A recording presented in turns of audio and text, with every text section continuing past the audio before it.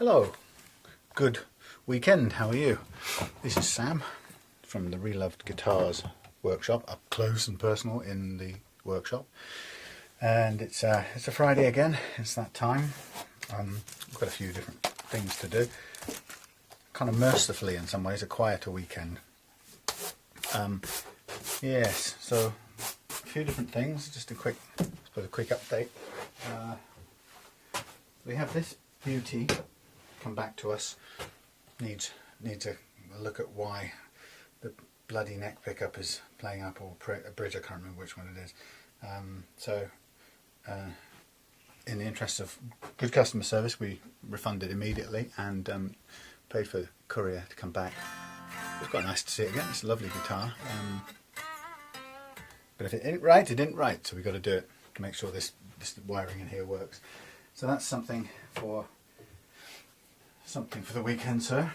And also what we've got here is this interesting little experiment with the Harley Benton electro acoustic, which weighs, it's like it's made out of cardboard. It's so light. It doesn't sound that bad actually.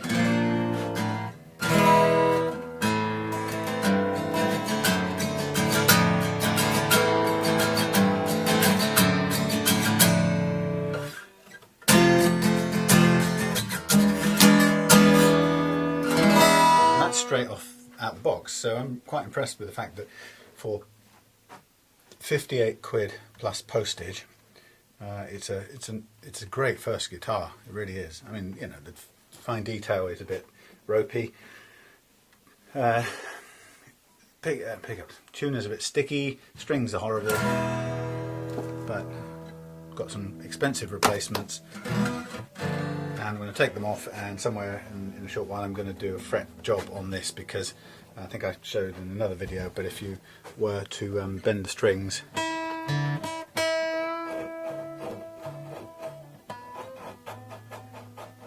sounds like somebody soaring through a tree, so it's horrible. But there's no reason why we shouldn't take care of that and adjust the neck and adjust the action and the nut height until it suits us. And actually, given how good it sounds right now, I have no reason to think no reason not to think this would be a really nice budget guitar. It's got a built-in thingy, it's got a battery check, it's got an EQ, it's got a slightly loose output thing, which I've ordered a tool for the fixing of that, since it's something I have to do regularly. So, you know, not at all bad. So that's going to be on the bench in a minute. I'm not sure quite when I'm going to get around to the wiring job on the V100. And then we've got a couple of things here. We've got the vintage white and the Squire Strat blue with the replacement neck. So there's no reason why not finish both of those this weekend. And I've also got the camera on a roving, probably inspired by commentary landers and stuff. I've got the thing on a roving microphone stand, a small microphone stand. So I don't know, just trying to get a bit more flexibility or variety into the shots. And there's no reason why we can't sort of rove around and look up close at things that are a bit more interesting than the long shot with all this burned out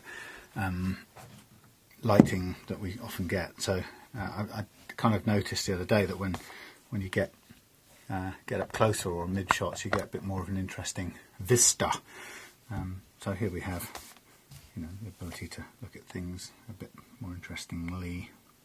Who knows? Anyway, it's on a little mic stand, so you can move it around, and it shouldn't be, it's not exactly ideal, but it's all sort of lashed together with a bit of Velcro. And does it work? Oh yeah, it sort of works. It'll probably drop off somewhere in the middle of filming. But anyway, it's better than a poke in the eye, and also I suppose I can quickly turn it around and look at other things. Probably if I could be, once it's charged, I could then, let's see if it will last this long, I could then, when I want to be free, I can unplug the battery, and actually I can take it around to the kind of fly you around the shed, pretending we're an expensive drone, which of course we're not, but hey, you can get a view like you've never had before of the intricacies of the Reloved workshop, up close and personal meeting with all these guitars as they hang out in the shed, and also the beginnings of another travel guitar that's in the making, and so on, and some blanks that I've made with oak for another guitar sometime, and then the usual stack of little amps for testing things, and the all important pillar drill with Radio 4 playing all the time, and just various bits and pieces that you need to keep doing this kind of work. All of it a bit relatively low tech, but and then when we're back we sort of chuck in the power again, and magically it all continues, providing of course we've managed to remember to put batteries into the bit that records the audio, because that's the whole point, which at the moment is still flashing away. So you've probably got quite good sound because you're not miles away in a different part of the world. So it gives me a bit more flexibility. So we'll see what the hell that turns out to be like. And I think I can just spin it on the spot there like a little squivelly thing, which is a bit jerky, but kind of nice if I do it really smoothly. Anyway, I was kind of amused earlier this week to have scored a couple of thumbs down in other videos on YouTube, which is very odd, because I hope you can believe that I didn't set out to do these videos to, I don't know, massage my ego. I'm not exactly going to be looking or getting strokes from the general public for putting on videos. I'm not in that market, but it just it's quite funny. You have to think sometimes what it is about the way you do something that has annoyed somebody badly enough to thumb down your video. Yeah, maybe it's the way I talk, or maybe it's my receding hair, or my lovely glasses, or the fact that I'm wearing that sweater again. I don't know. Anyway, it's the world of YouTube, so somebody doesn't like my videos. Sorry. Hopefully, well, not hopefully, the proof of the pudding is that they do what they're supposed to do, which is to help people interested in buying one of our guitars to make the decision. So actually it doesn't really matter if general browsing public hates it to death. So anyway, good health, and hope you find things that are more suited to your taste. As you know, I do put a disclaimer up there that says, for God's sakes, don't try and watch this as entertainment, because it isn't entertainment. You know, it's not there. God, this is so clever. It's not there to entertain. It's there just to give people a view on something, and hopefully to offer a point of view to some other people who might be interested in doing some of the work on their guitars. Anyway, so without further ado, let's get this Harley Benton up on the bench. And we've also got, with this guitar, we've very kindly been supplied with a truss rod Allen key and a stick on yourself thingy, scratch pickguard, which I will stick on, I expect, because since it's already taking some beatings. So I guess just before I go any further, I'm just getting the hang of cranking this thing up and down. There's only a limit to how far. Oh great, there's plenty of room that way. I know. Let's see what I can do. Hold on. Don't move. Dun dun dun dun dun dun dun dun. God, what is going on here? Turn it back to front. And you're going to come back round this way. So while it still stays attached, that's better. We have much more room. It's probably going to fall over at some point. But hey, let's have faith. So look, you can see in front of you the Harley Benton. So just to explain Harley Benton, I suppose, if you haven't heard of this thing before, Harley Benton is the brand name of an online music retailer by the name of Thomann. And Thomann is spelled Thomann, Thomann, and they're German, and I think they've been going for about 8 or 9 years, and certainly I've been buying off them for at least that long, and they were one of the earliest and most confidence-inspiring websites in some ways, from my perspective, which is why I bought stuff. So Harley Benton has a kind of nice ring to it, but it just is the house brand of Thomann. But Thomann have done what I think is quite a clever thing. They've taken all the basic classic shapes that they sell of all the other manufacturers, and they've made their own versions, obviously in China somewhere, and at a very incredibly low price. So that this guitar came to me for £58, UK pounds sterling, and at that price you sort of have to think, well, how the hell, you know, where's this made? Well, it's obviously China, or Korea, but I think it's China. Doesn't say in here. And you know, it's clearly a cheaply made thing, and it's probably, I think it's got some silica gel floating loose in here, which I'm going to have to try and flip out. Yeah, it does. I mean, we could leave it in there, but in some ways it would probably get a bit annoying, so I'll take that out in a minute. So yeah, Harley Benton. I've had one before. It was a gold top Les Paul copy, and I have to say, out of the box it was rubbish to play, but I was very impressed even then by the quality of the basic lump. And then I set it up myself, which was one of the early ones I did, and sort of learned a bit about it whilst doing it. And after having set it up, it's absolutely brilliant. I really love it. It's got two P90s. Now, I haven't played expensive Gibson brand name P90s, so I don't know what they should sound like. I guess what I do know is what the ones sound like on the one I bought, and actually it's not bad. So my experience was all the basics were pretty good, amazing for the price. And if you were only to set it up properly, you'd have yourself a good guitar, which is the basis on which I bought this one. Sorry.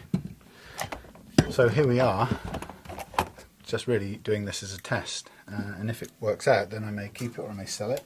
Haven't really decided yet. Either which way, I'm going to give it a bit of reloving.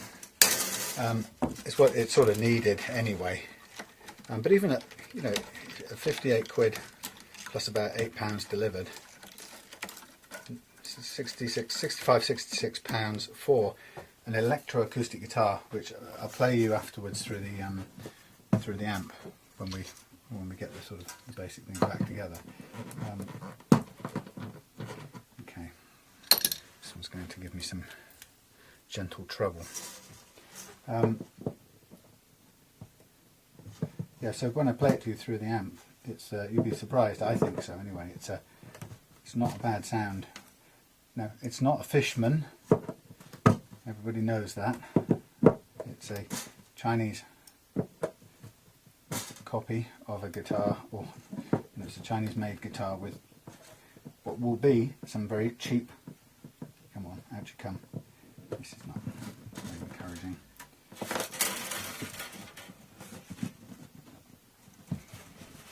With some very cheap electronics in it.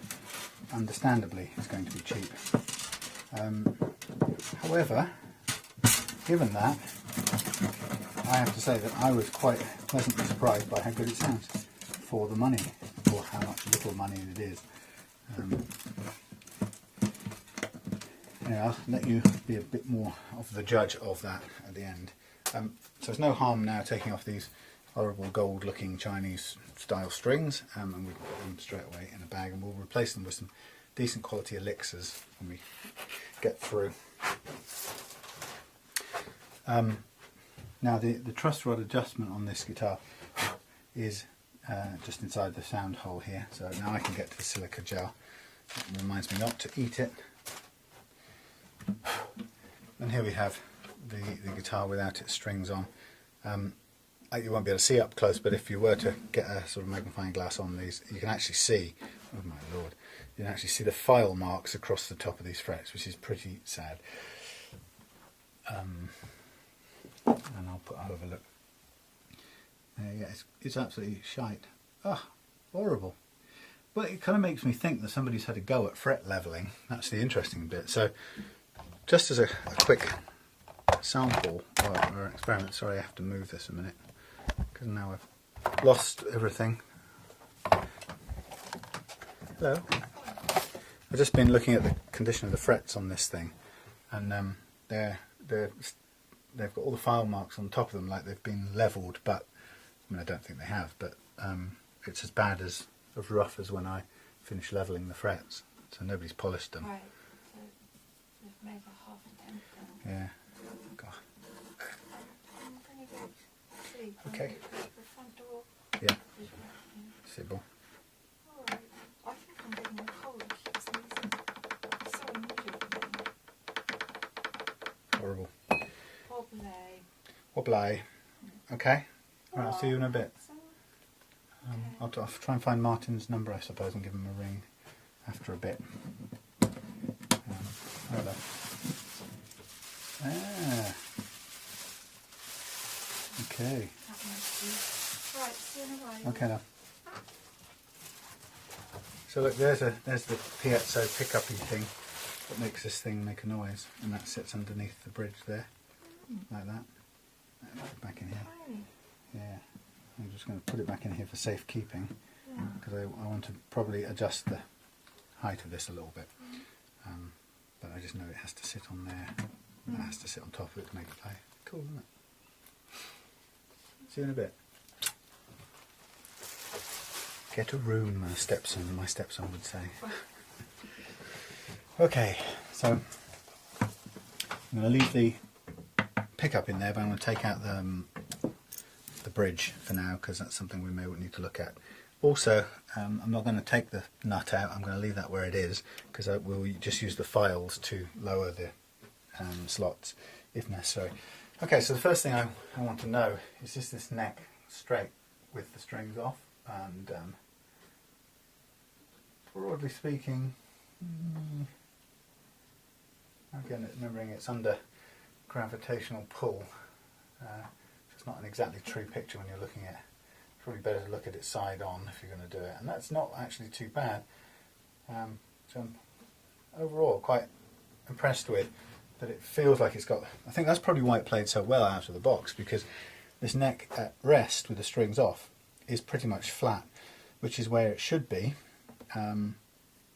ideally should be, before you load the strings, and then the string loading on a guitar like this will probably pull enough relief into the neck. You might want to tweak it a little bit more, but it's unusual. It's I have to say, it's not entirely common to find a straight neck that's straight already once you take the strings off. So that's encouraging for me.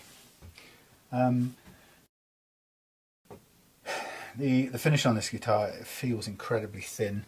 It's as if it feels like if you rub it too much, you're gonna go through to the wood. So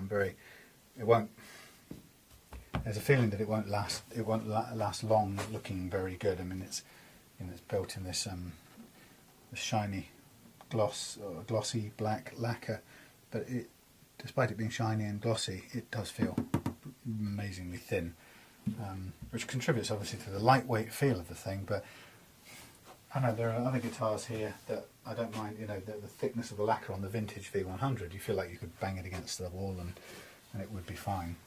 It might make a slight dent, but the lacquer wouldn't fall off. You feel like if you hit this against anything even lightly, it would just fall off in chunks. There you go. I mean, that's one of the things you pay your that's what you get when you pay your low cost. So straight away, while I'm at it, I'm now just going to start masking this neck up for treating the frets, because that, again, as with all the guitars, electric or acoustic, that's going to be the core of changing the way this thing plays and how it feels and how it sounds for a cheap guitar. So if my hypothesis is correct, we'll do some of the very similar things. Really, we'll dress the frets or level and re-profile the frets in the normal fashion. With this one, the frets are so thin on this. I have a feeling I'm going to do this manually. I'm not going to use the StewMac diamond coated fret file, crowning file, and the reason is I just don't think that they're so thin. I don't think that file is built to cope with them.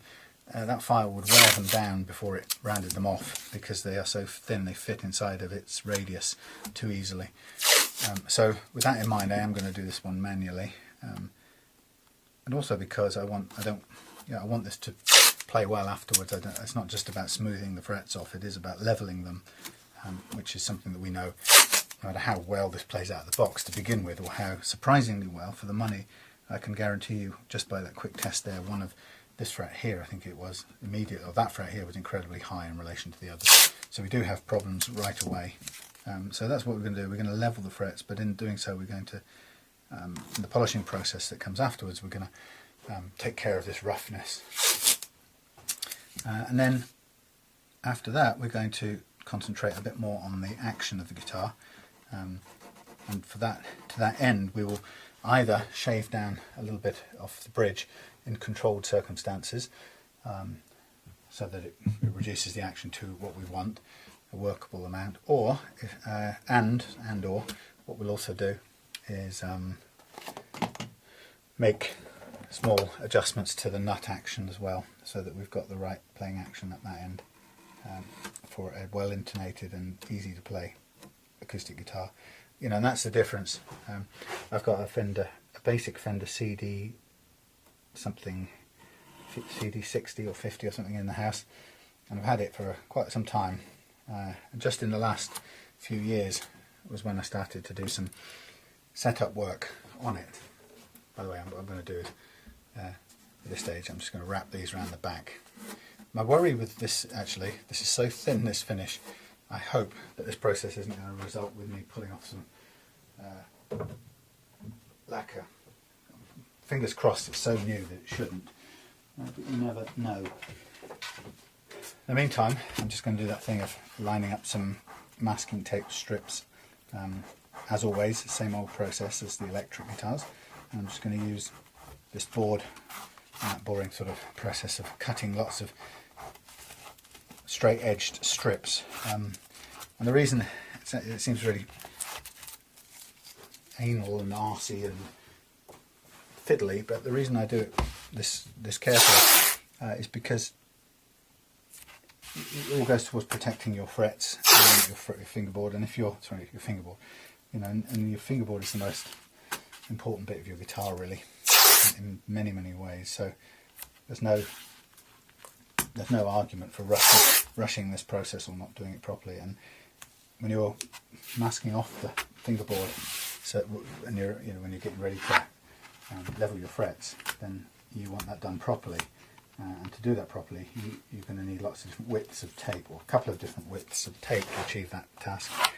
And this is the sensible way to do it, to make sure you've got straight edges. And if you don't have straight edges when you're doing this, you try and tear masking tape, what will happen is you'll get wobbly edges, and the result will be that you leave exposed certain little bits of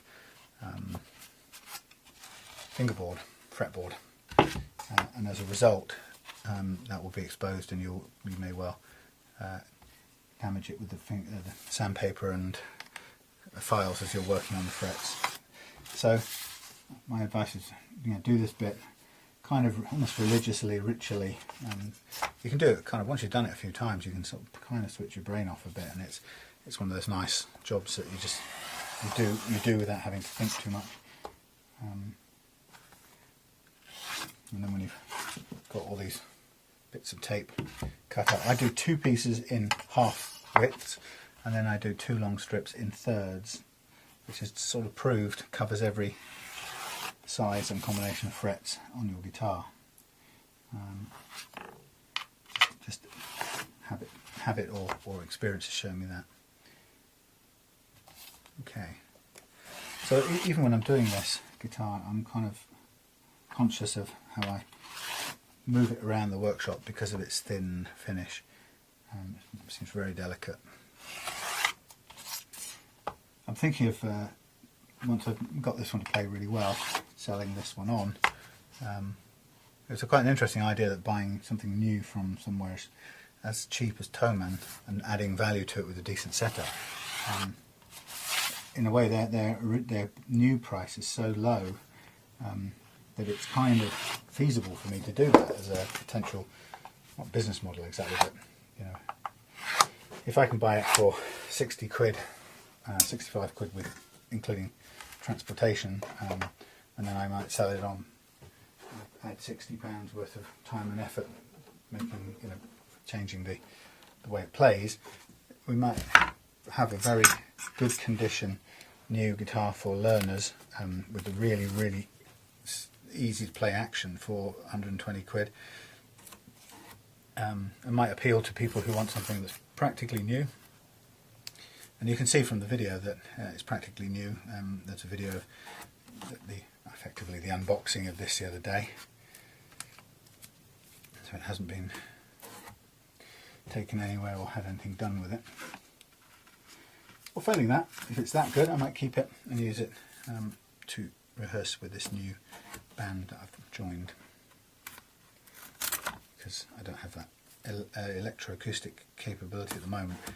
My Fender has a sort of pickup shoved into the sound hole, which sort of turns it into more of an electric guitar. It's not technically acoustic pickup at all. It's just a pickup that works on the strings and happens to be designed to fit in the sound hole of an acoustic. But not great, really. Certainly not great sound wise. So I'm just making sure that this tape gets right up to the edge of the fret each time, and there's plenty of overlap, so that they're not going to peel off as soon as you start doing work to them.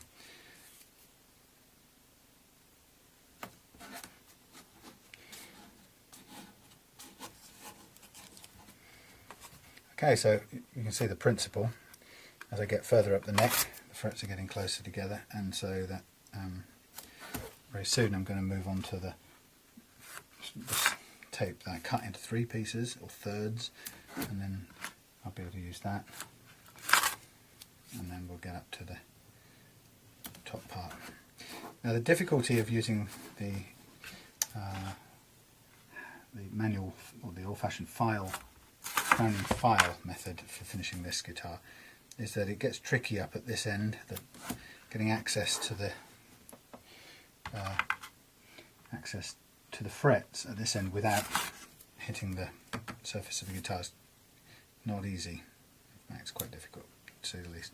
So what I'll probably end up doing is masking off this area here quite thoroughly to make sure that if I do struggle to access the frets themselves, I'm not going to be bashing chunks out of the fingerboard, the bodywork of the guitar, especially as I know how flimsy or thin it is in practice.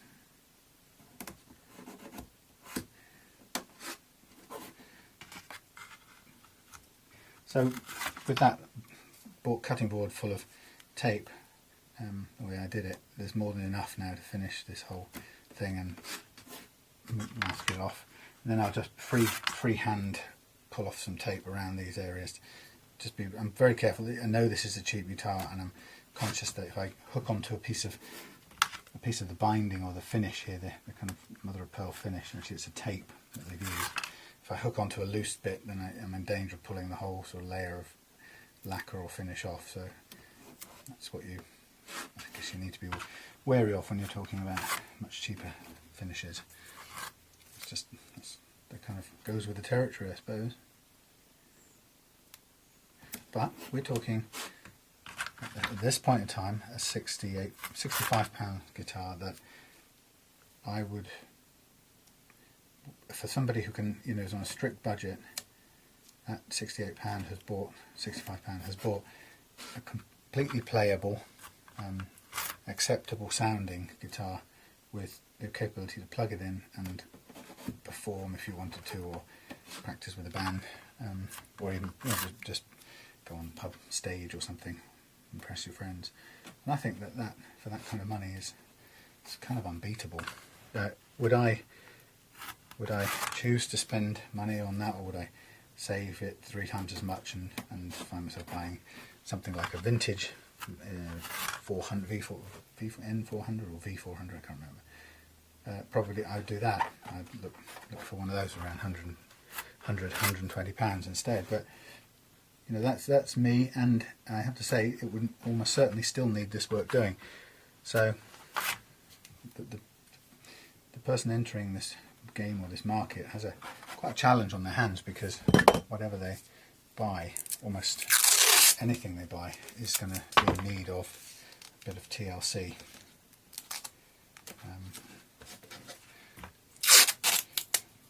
because in our experience so far, all guitars come this way. So even the so-called expensive ones.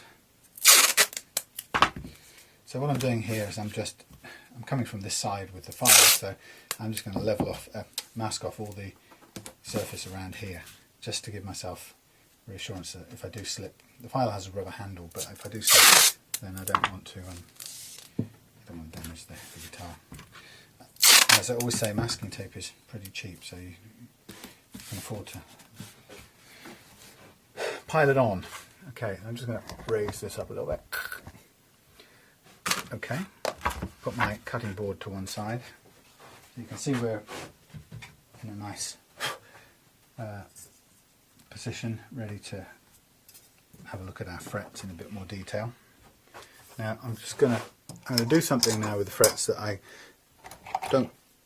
you wouldn't have to do necessarily if you were going to level your frets, but I always do it for the simple reason that it gives me a good insight, or it's building up a body of knowledge, I suppose, or information about which guitars have level frets and which don't. So I always like to do this, do a thing here where I check for how many leveled or uneven frets this has got. Whilst I'm doing it, I'm looking for the block of foam, which I'd like to just put under there, just to keep that off the floor. Okay, so I'm going to use a fret rocker here just to check the level frets or otherwise. Let's see if we get a bit closer. I'm just trying out different camera angles, by the way, since we've got this set up to move around. Why not? So theoretically, you're now looking straight down on the action. Ta-da! Right, so my fret rocker is designed with different length edges, and we check the relative levelness of the frets by putting it across 3 only, always across 3, and then when it gets close together you change the length of the edge, but always across 3, and you try to rock it backwards and forwards over the middle one, and if they don't rock, then they are relatively, the middle one is relatively level compared to these, and we move to the next fret, and then suddenly we get this. Now that noise is accompanied by a tangible rocking from side to side over that middle fret, which tells me that whole middle fret is way too high. So I'm going to mark the whole of that, or down the paper anyway, and I'm making quite a heavy mark to show in my little code that shows that I consider that to be a really seriously uneven fret. It's not scientific, but it's just telling me in my code of how to do things that is a problem.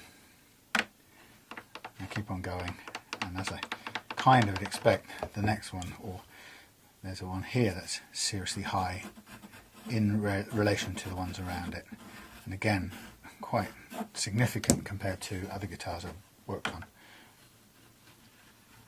And I'm going to change the length side. We've got uneven one here. Is it uneven? Yeah, right on the edge it's uneven, and a bit on this side. So again, this one is there, but it's not quite as extreme as the other two, and so on. There's a little bit there. So we're just going all the way up.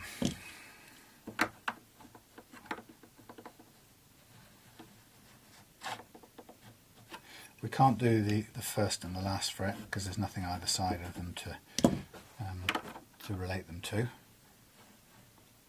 But when we come to level, we will be able to level all of them together, including the first and the last one. Again, this is seriously high. Now, there's a lot of different views on what to do with this. When people have seriously high frets, I mean, if you think about it logically, it's any number of reasons, but in some ways given that frets are the fret wire itself is probably fairly consistently manufactured, so what you're not feeling here is you're not hitting on sort of especially lumpy pieces of wire, because they're all going to be manufactured pretty much the same spec. What you're looking at here is frets that have been fixed into the guitar and pushed down to varying levels, which results in some of them appearing to be high in relation to the others. Now, some people think a good idea at this point is to hit the frets with a small hammer of some sorts, soft hammer, I might say, but a hammer nonetheless. And for those people, sometimes that's successful, and it will push the fret further down, and they'll feel like the problem's solved. I have to say, for me, I'm inherently nervous about the idea of hitting a fret that is sitting quite tenuously or fragilely in a groove cut in wood, which is itself is flexible, will bounce and rebound underneath the blow. The fret itself is coiled, or it's bent to follow the radius of the guitar. So that's a kind of spring. So you'd expect the fret that you hit to recoil and bounce because it's a kind of spring shape. You hit it and it goes dying. So to me, and then the other thing that worries me is that, as my understanding of how glue and wood and metal work, all I can see is that I suspect hitting the fret, you would push it further in. The wood would recoil. The wood would have a springy quality to it. The fret would be springy, and the whole lot would. What would you succeed in doing? I expect it would rebound, and I expect in doing so, you would possibly break the seal with the glue, and you would possibly, if you're lucky, you would wedge the fret further in. It would be held gripped by the wood, but no glue bond. If you're unlucky, it would pop back out because all you've done is forced a deeper trench that it was sitting in, and effectively just shrunk the wood around it. So I don't like the idea of hitting. When you look at a map of the uneven frets, oh sorry, when you look at a pattern of the uneven frets right here on this guitar, from the nut end up the way up there to the sound hold end, there's so many uneven frets on there. The idea of hitting all of those frets in different levels of hardness, because some are much higher than others, that just seems insane. It's totally hit and miss in my book. So I would much rather leave them where they are, because they're all clearly glued in place. Even if they are uneven, they're still fixed in place. I would rather leave that fixed in placeness untouched, and I would rather take the unevenness off the top and then end up with them all level, no matter how they're rooted at the bottom. I'm assuming they're all stable, unless they're obviously hanging out, in which case you probably need to refret it completely or glue it down once and for all. I finished the job. But generally speaking, hitting all of these just seems like a really, really bad idea to me. Now others will probably flame me and disagree with me, and maybe even give me thumbs down for that. But you know, I'm not going to do it. So I'm going to do it the other way, which is to work across the top of them with a tool that will end up giving us a level all the way across these frets, and we'll do it by taking away material, and that's destructive, I agree, but it's a way of leveling the frets. The only consideration you have to have when you do that is, have I got enough fret material to level down these high spots, or level down to bring up the low spots? And if the answer is no, you have to stop and ask yourself, do you need to refret the guitar? Do you need to replace one fret on its own because it's so badly damaged? And in a way, you need to make those assessments kind of early. My assessment of this is there are no gouges on this neck that are going to require us burrowing down all of the frets to reach the lowest spot, which is good. We do have 2 or 3 very high frets, and we need to take those down to meet the median or the average, or the proper level around them, and that's just going to be the way it is. So what we're going to end up with is these 3 frets here will have what seem to be the flattest spots on top of them, because we'll be taking more off those than the surrounding frets. Okay, so just as a quick numbers check, we've got, I think it's 20 frets in total. Let's just double check. 2, 4, 6, 8, 10, 12, 14, 16, 18, 20 frets, of which 2 we can't measure, so we go to 18, and of 18 we've got 1, 2, 3, 4, 5, 6, 7, 8, 9, 10, 11, 12, 13, 14. 14 out of 18, which is, what, 7 out of 9, which is, what percentage is 7 out of 9? I can't be able to work it out because I'm not very good at that. So what's 7 out of 9? Well, it's most. If it was 7 out of 10, it would be 70%. so it's a bit more, let's call it 73% for good measure, because I don't want to, it's not that important, but just in principle, let's say we've got 73% uneven frets on this guitar, which puts it, if we look over, oh, I can do what I can do. I can unplug it for a minute and walk you to the leaderboard of shame. So if I take you to the fret leaderboard of shame, you can see that we have things like the vintage, in fact this baby here, this was the best of all. Actually it was about 20% uneven frets, but it was really well done to set up to begin with. 15% on that one, and then progressing downwards to, you can see a bunch of Squires and vintages around the 60s and on Ibanez, and a really good quality Bernie at 75%. So this Harley Benton is in good company. It's kind of in this region here with expensive Ibanez RG and an expensive Bernie Les Paul copy. So that's not at all bad for this fella here to be in that same league. Didn't expect it to be anywhere near the top, because you know, we're talking about a factory-made guitar made in China for practically no money at all. So we're not expecting high quality. Okay, so just pulling away for a minute, let's have a look at what we're doing. Once we've done that check, and by the way, that was, you don't have to do that if you're planning to level all your frets. I just did that because it was interesting. What I'm going to do now is I'm going to put on my other glasses, which give me a slightly more reading glasses view, and I'm just going to draw a black marker pen across all these frets. And the reason for this is it's going to tell me where the black marker pen will get scraped off where the file has been, and so I'll be able to see very quickly bits I've missed. And the dark bits left over when I've done a pass with the file kind of will tell me, first of all which is the high spots, because they will go first, and then if I end up with any black on these frets, then it will tell me that there's a low spot that I hadn't realised how low it was. Okay, so it's quite simple. You get your file, and I'm going to start. I have to be very careful actually with this. I'm going to do a bit more masking off. Forgot about the file part. This file has to take a bit of a run up on things, so it's kind of important that we need a bit of safety covering outside of the fingerboard, either side, and also at the back here. For the reason that you're going to see that it has to take a bit of a run up, and that might involve it passing over the finish on the body here. So I'm just really quickly chucking on tape, just to give myself a bit of coverage. That's fine for now. Okay, so I'm going to start from here, but when I come the other way I may well run off, and I just need to be sure that I'm not hitting any finish.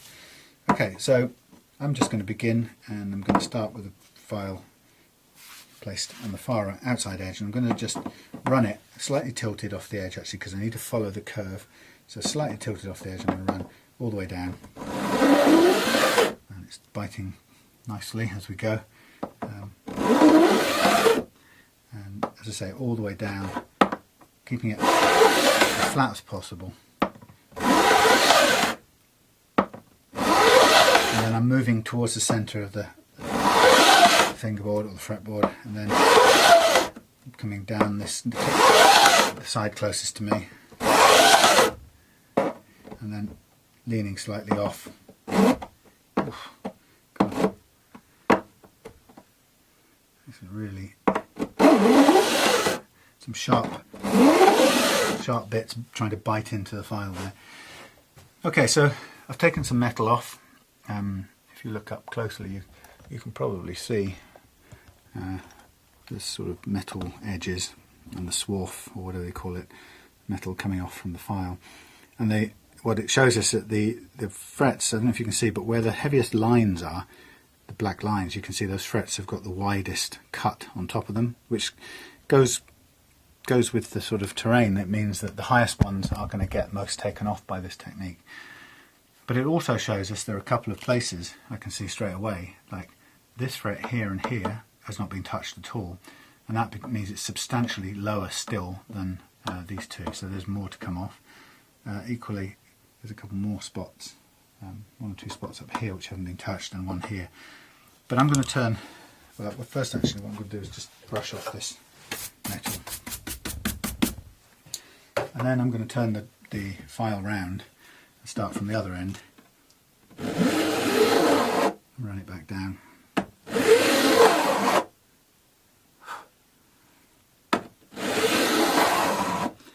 The change in noise, by the way, is when it starts running over the top of the fingerboard.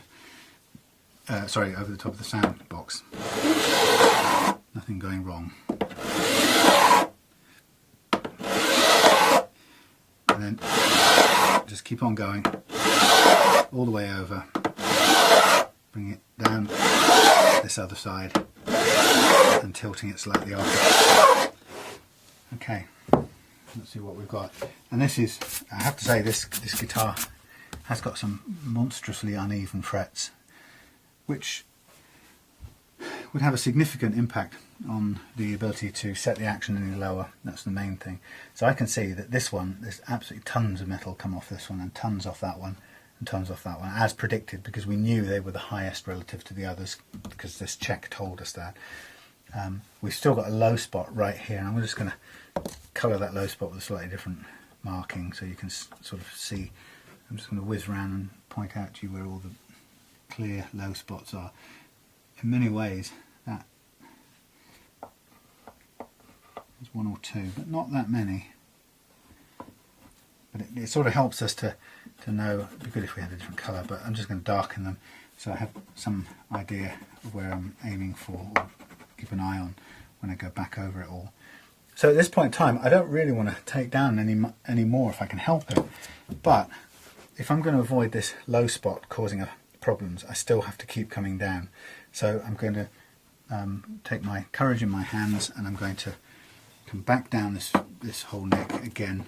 Just remember, there's no point on just focusing on one spot. We've got to get down to the lowest problem amongst all of it.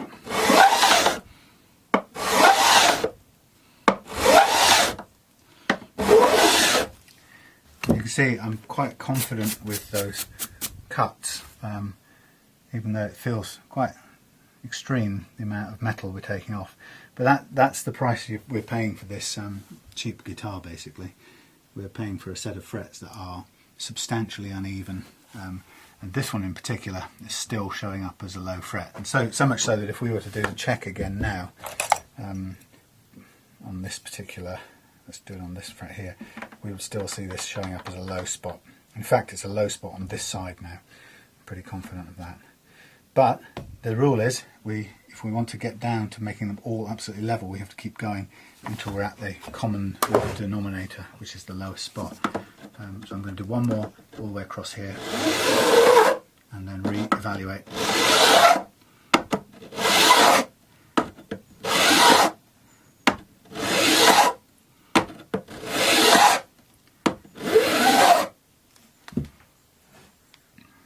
Alright, we're just about clipping the top of that ditch. I'm going to do one more in the other direction, and then that will be it.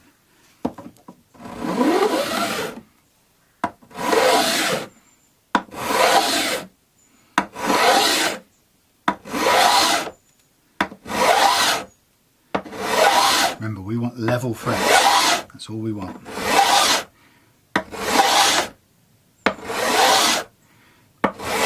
Level frets is going to free up our choice of setting the action lower.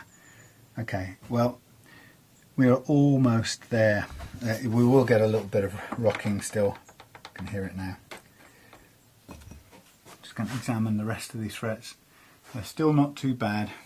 But with this inefficient or mess of a fretting job, what you can see is on this guitar, it's so badly done that we don't have many alternatives.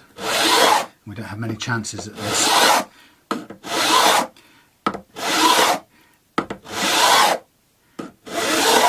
And also what it tells us is that with frets in this condition, we're not going to get a long life out of this neck the way this is. But that's I'm afraid the price we've got to pay. And now we're down to the level, and now we can begin the process of rounding these off and turning them into decent frets finally. But yeah, if you want reassurance at this point, go back to your high spots and are getting a tiny little bit here because that fret is still just outside the, still slightly problematic, but it's, I'm going to stop and I'm going to accept there's going to be a little bit of rock there. And if you want to check all the other bits you marked up, you'll see that they're all even now, even the heavy ones, absolutely taken care of. Okay, so that's really good. Quite scary because you don't know when you're going to run out of room. And now I'm going to mark up all these frets again. This is in preparation for the next stage of the operation, and use the marker pen all over the top. And this time the marker pen is going to serve as an indicator to reassure us that whatever shaping we're now going to do to the edges of the fret, or the long edges I should say, which we have to do to reshape the profile to get rid of these flat spots on top. But the marker pen will reassure us that whatever we do there, we're not going to go, or we can avoid going lower, making the fret any lower than it currently is. And that's what we've got the marker pen there for. It's a pretty nifty way of doing it. So I'm just going to move a few things here and see if we can get into a fairly good view with this camera-y thing.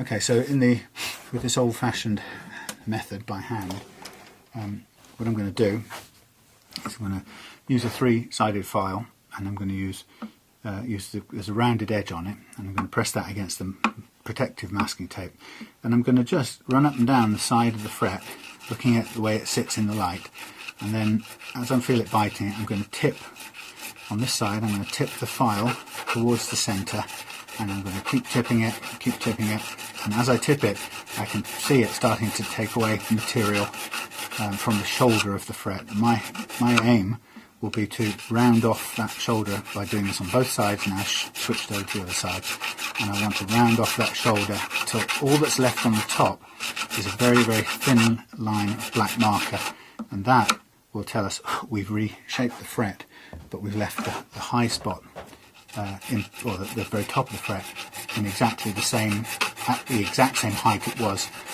when we just finished doing our fret leveling, and that's what we want to achieve. That's the secret of sorting these frets out. So on these, because there's so many quite severe flat spots, this is going to take some manual doing. I will stop the recording at this point because I think you'll just get bored after a while. This is going to take me more time than using the tool would normally take, but I don't have a, I'm trying to find a view on this so I can see it properly. Yeah, I don't have an option, I've got to do this by hand. Okay, so I will come back to this in a minute when this is all done, save you the boredom. Right, okay, so we've done that bit. I'll show you how it looks. Quick view down. There you go, shiny bunch of, what do you call them, frets. Yeah, all sitting there glinting away. So the next part of this process is to polish. So the first part was leveling, the second part was reprofiling, which we've done in the last bit, and the third and final part of this treatment is the polishing part. Now the polishing part is challenging as well. For that to work, we're going to need a mixture of things. We're going to need some okay, 800 paper, that will do, and we're going to need some 320, 240 I've got. Okay, it's quite a big jump. My paper ordering has gone a bit mad. So we've got 240 and 800. Actually, it's not too bad a jump actually. When I think about it, I'll get used to it, put it that way. And then on top of that we need some micro mesh. So 240, 600, and then this micro mesh, which goes from 1500 to all the way through to 12,000. So let me just move this guitar out of the way for safekeeping for a second. So what we're going to need to do is we're going to get this paper, and I'm just going to break it up or tear it into some working chunks, and I'm going to for now I'm going to use 4 chunks of 240, just roughly torn up. 4 chunks of 240, and I'm going to do similarly 4 chunks of the 800, and then the micro mesh. And between all of those papers, that's going to be enough to bring frets on this guitar back up to a lovely polish. Now the only logic that has to happen in this job, I'll explain it right now, is what we're trying to do. We're trying to go from frets which have the scratches left by this, which are they're rougher than any sand. This is rougher than any sandpaper. So let's imagine we call this a 0 grit, because it's just, I mean, it's a really heavy file.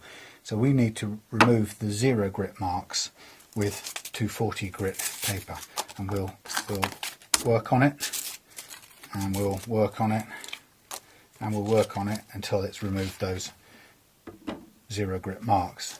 Then we're going to use the 600 to work on the 800 grit marks until we've removed all of those and replace them with the 800 grit. And then we're going to use the micro mesh papers to remove those. So it's a careful process of going finer and finer and finer. And the most important bit is getting rid of these marks. If we don't get rid of those marks, we will end up polishing up frets which still have the marks in them, and that will just give us a shiny but unplayable fretboard.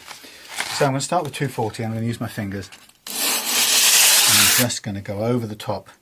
In fact, what I'm going to do is also I'm just going to seal off this sound hole, because I don't want this dust going in there. There's no reason why we want dust filling that thing up. So just for a minute, let's just keep it as clean as we can. Okay, so I'm going to use the 240 and my fingers, because I wanted my fingers to roll up and down over the frets, because I don't want a flat spot, and I need to make sure they're all touched evenly. So when I go up and down the neck, I'm pressing downwards and making sure I do all the frets the same. And with this 240, it's quite abrasive, so you are, if you're not careful, if you stayed in one place longer than the others, you could certainly wear away the frets and give yourself a loose flat spot, which you don't want. So that's the thing to guard against. To use it in such a way that all the frets get an even amount of treatment. And you can see why it's good to have covered up the thingy, you know. Finish at that end, and then I'm going to come again back the other way, same sort of pressure all over, making sure all of this fret's getting the same level of treatment as the others, all the way right to the end. And I'm trying to just wear away the abrasiveness of this paper, and it's coming off in the form of dust. And you can see it starting to build up on the neck as we do this, and that's what price we go pay for this. We're going to have a load of abrasive stuff deposited on the masking tape here. So now I've worn away that piece of paper, I'm just going to take the guitar off and brush off some of this mess. There's no point in having that sitting around there. And then put the guitar back on. And what you're going to need to do if you do this, we're going to be looking at up close at these frets. We're going to use the magnifying glass, and I'm not going to move on to a different grade of paper until such times as I've got rid of every single mark that's associated with the previous grade. So in this case it's file marks I'm looking to get rid of, and I can still see some in here. So as soon as I see some, I just carry on working with the same grade of paper and let my finger press into up and over the fret like a, I don't know, like what, anyway. So just trying to get all of the frets evenly done. Coming back the other way, same sort of thing. There is a fret down here that I'm concerned about. It's got a chip in the side of it, which if we'd have taken care of it in the fret leveling part, we would have gone down to very bare bones of frets. So I'm hoping this process here is going to rub it out and I can't be sure of it.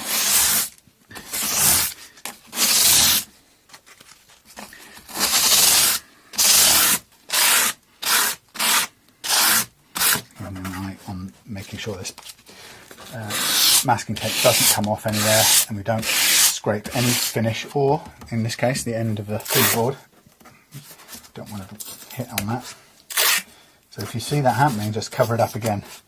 You can always buy more masking tape, but you can't buy more. Well, you're paying a lot for a replacement fingerboard if you ruin it. And of course, on a guitar like this, it would just be unfeasible. It wouldn't make any economic sense to do it. Okay, so this is my second bit of paper worn out. I'm just going to again pull off to one side, dump the dust. It's quite dusty in here. This time I'm going to have a close look with the thingy. I'm going to start, doesn't matter which end, but I'm going to be ruthless, and if I spot the marks of the 12 of the fret leveling file, I'm going to continue going with the 240. Now for 240 is a little bit more aggressive and abrasive than the 320 I've been using up till now on this job.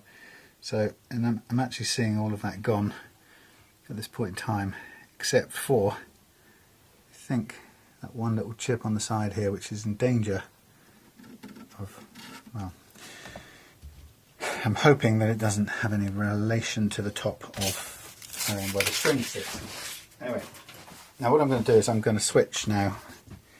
Am I going to switch yet?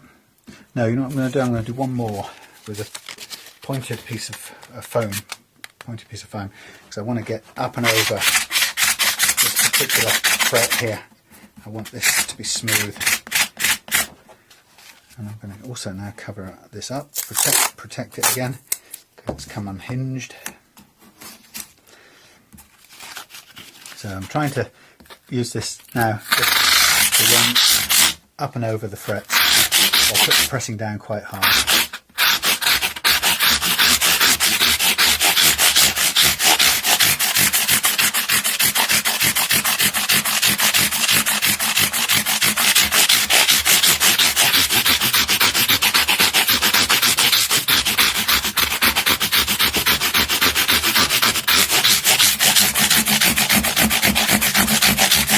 Okay, now I'm going to switch to 600.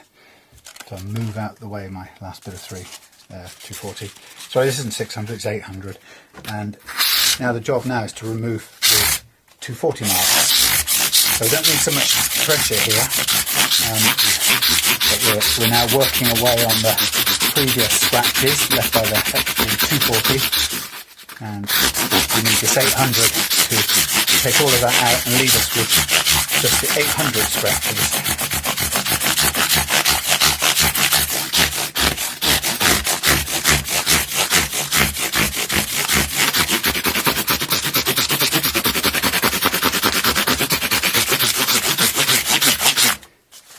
Moving the paper around to get the most out of it. It probably doesn't need quite as much now because the jump from 240 to this 800 isn't as great as the jump from the file marks to the alright, we've broken it there, from the file marks was. That was the biggest jump. And that's looking okay. I can't see any marks in there that are going to, apart from this one on the side here, which I don't want to do anything with because I don't want to take this individual fret down any further. We'll see. If it's a problem on the end, we'll try and address it individually as much as we can to it without causing any uneven fret problems. Okay, so on this run with the 800, I think we're going to be finished after this, and then we can move on to the them things, micro mesh. Once you're on the micro mesh, you really know you're heading into the final polishing stage, and you're heading for the end then.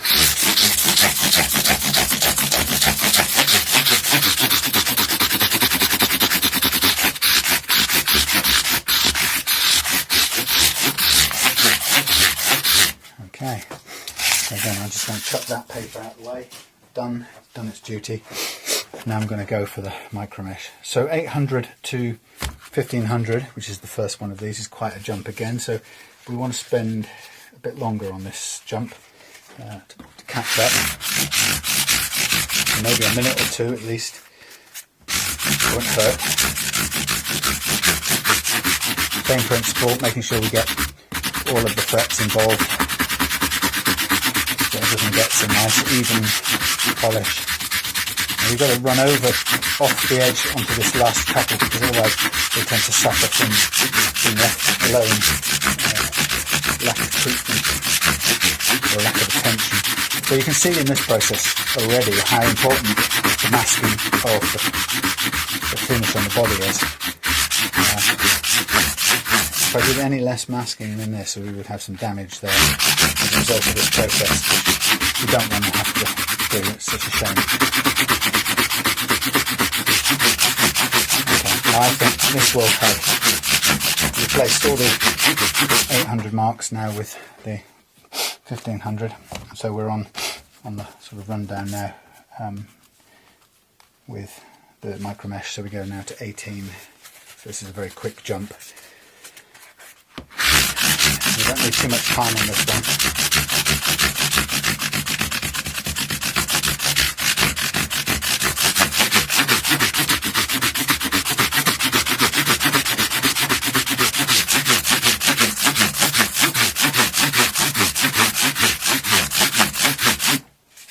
So this is the exciting bit now as we head towards the end.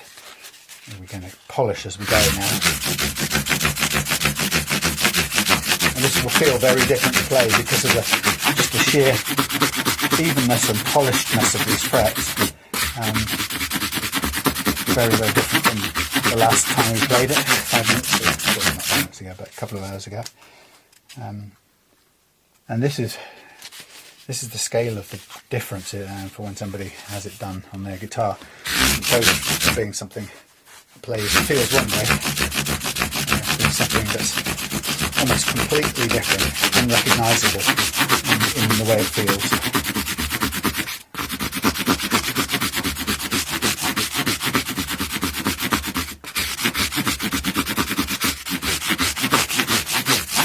I'm always conscious that can be quite a shock.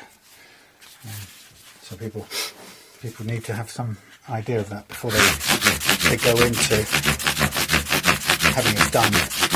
It makes it so that if they come here to get it done, what's great is that I can hand them a guitar that's been done, and I can say, that's how your guitar will feel afterwards. Are you ready for that? Would you like that? So it gives them a good understanding of what it would be like. And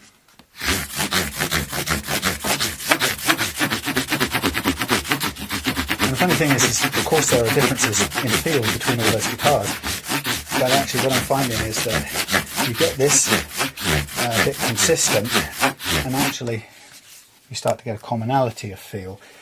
It doesn't mean they sound different, they sound the same, or even the same guitar to play, but there is a feeling that you get about how these guitars play. But once you start doing this work, you can predict and you can expect. And it's a sort of certain low action, certain smoothness of frets, certain intonation, and those kinds of things. So it's quite interesting that I suppose it raises questions about how much of a role in the way people talk about what their guitar feels like is the intended differences in the guitar, and how much is it that it's just a variation, the vagary of how bad the action is, or where it's left by default. Because I think that has an awful lot to do with what makes us think different guitars feel different ways. That you can't separate out how much a part the action and the bad setup plays.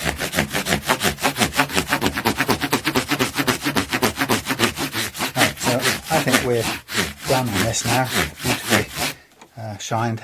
I have one string that bothers me, one fret that bothers me down there, but I wasn't prepared to carry on taking the other frets down to recover that, so I think we're going to have to assess it and decide whether we're comfortable living with that. Okay, so what I can do now is I'm going to just brush off some of the build-up of dust from this process. It's quite a lot of it. It is a mucky process and it's all over the headstock. So we need to just, if you do it, I recommend you just dust everything off. Partly because some of this stuff is little metal fragments or bits and you just don't want them digging into the finish. And then we can, well, I thought that was a sticky glue, but we can then gently remove the masking tape we've used. I say gently because there's no reason rushing it if we know that this guitar isn't the most expensive finish in the world, and we don't want to go pulling it all finish off just for the hell of proving how cheaply it was made. We know how cheaply it was made. We paid the money for it. You know, just get it all off. You'll see that it leaves a sort of kind of an edge made by the dust. It's okay. It's not a mark on the finish. It's just where the dust has settled around the work area. Okay, so I'm just going to now take off all of these little bits and then gradually free up the fingerboard. And to do this I'm using just, if I have to, just using thumbnails, because any knife of any kind here would just be catastrophic. You would ruin your finish quicker than you could blink. Again, I can see lots of, I don't know, they call it swarf, don't they, the metal bits. I can see a lot of them still floating about, which means it needs a good dusting still. And then I'm going to give it a going over with naphtha. A lot of dirt coming out from the tape, from the fingerboard onto the tape as well. And I'm just using these little tabs I made on the way in to help me take the masking tape off again at this part of the stage, this stage of the process. So quite handy. Just makes it all come off a lot easier than it would if you just wrapped it around the neck willy-nilly. But again, it's not a fast process. You've got to be patient. I know you're keen to get on and restring your lovely guitar and get playing. We will get there in good time. There's still quite a bit of work to do, as you can probably imagine. The next stage is we're going to restring. We're going to load up the neck, and then we're going to have a look at what happens with the action and see where the neck relief is when we put the neck under the correct tuned pressure of the correctly tuned strings. And we're going to get the neck relief correct first, and then we're going to look at adjusting the action by amending the height of the nut, the bridge, sorry not the nut, the height of the bridge saddle, the white bit that slots into the wooden bridge. Once we've got that action roughly how we like it, then we're on to the looking at the nut, which will make sure it's a good height for playing, not too high, which causes difficulty playing the guitar but also causes intonation problems too. Again, I'm just going to lightly dust this off. I won't use any solutions right now. The edges of these frets are always a little sharp. I haven't gone overboard to try and take care of that yet. They're not sharp as in sticking out, dangerous sharp. They're sharp insofar as you could hook a cloth under them this way, which isn't brilliant, but not critical. Okay, so yeah, you can see it's snagging these cloths as we try and polish. But there's our cleaned and levelled frets. That's the most important thing. They're cleaned and levelled and they're ready to go. They're ready to play. And this, as I say, will be a very different experience to what we were doing before. So I'm going to switch specs again and we'll just dive straight into the restringing process. We'll have ourselves a snipping pair of pliers ready to cut the excess off. And as I say, I'm going to string this now with Elixir strings, which are a nice quality acoustic guitar string.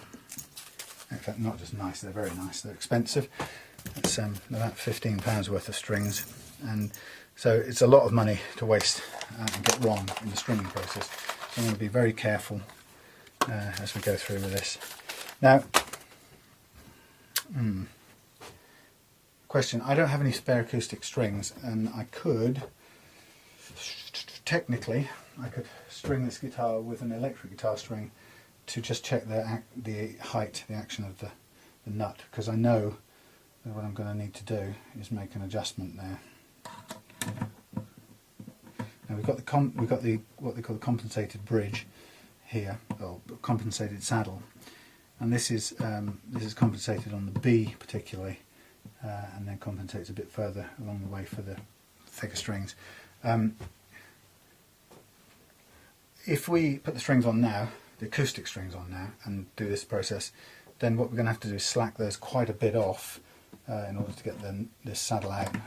I kind of would rather do it with acoustic strings, to be honest, than with a dummy electric string for this process. So I'm going to go for it and just be careful that when it comes to it, we can use a sort of technique to hoik out or lift out the strings again, so we can get in and change the bridge, or change the saddle, I should say. I have a spare one of these anyway, so if anything should go wrong, we can put that into action. Now I'm just going to push through these barrel part and pull it back up, and these are quite tricky on acoustic guitar. Sometimes you can find these things popping right out, no matter how much caution you take, and that's really frustrating.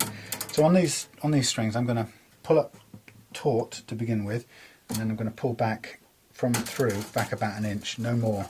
I don't want masses of wire coiled around these tuners. Then I'm going to use my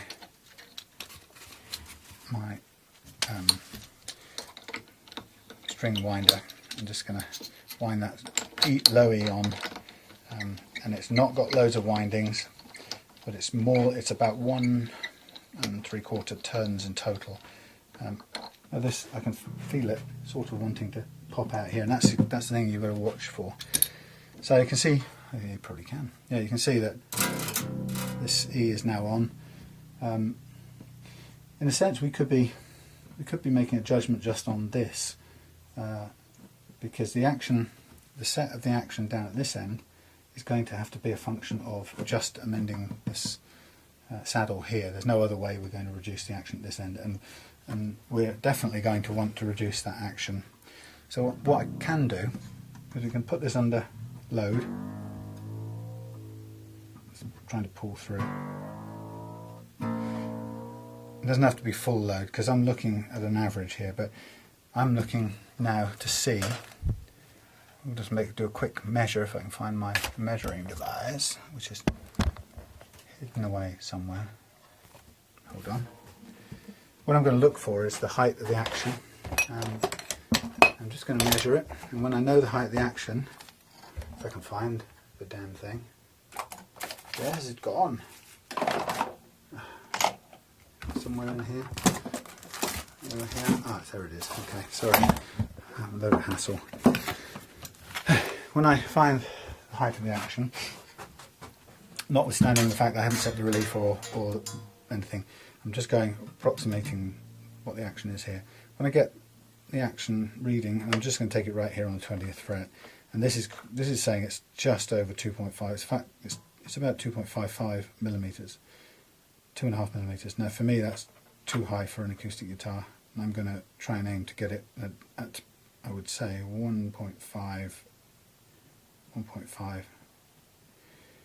So it's 2.5. I need to lose a millimeter off that action, and the reality is we're going to need to lose a millimeter off that bridge right there to do this. So we know we're going to need to lose some height.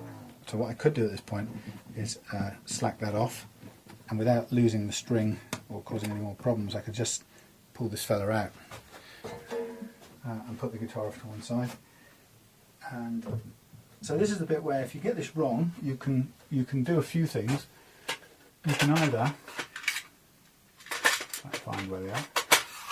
Remedial things is you can either find yourself a replacement bridge saddle, which this one is too short, but this one is the correct width, and it has a thingamajig. Hello, love. This is actually a bit short as well, but it would work at a push. But you're going to have a replacement one and use that, or Have a cup of tea. Have a cup of tea and some biscuits. Couldn't get better than that. I've done the frets on that baby. I'm just now going to shave down the thingy to lower the action, and then we'll be away. Could you do me a big favour? Could you call Martin for me? Because I can't turn that on without going, did it? And say what? Just ask him if he's. Do we need to come today? Oh. Or can we come next week? Sorry. And if we do need to come today, I'll come today. Right. But I'd prefer not to if it's no problem to him. Thank you. Thank you. Right, so we're going to need to lower this by a millimetre. The first thing we're going to need to do is mark it. And for that we're going to need a fairly fine marker pen, a ruler or two. And we're really going to need something flat. And I'm going to use a piece of oak. Oh God, which weighs a bit as well. But I can guarantee this oak is flat. And this oak will be a nice surface to put some sandpaper on, because we're going to need to sand down this thing and keep it flat while we do it, which is not too hard to do because it's got a nice flat bottom on it. So we've got a couple of things I'm going to get ready. I'm going to stick on a piece of sandpaper onto this sanding board for now.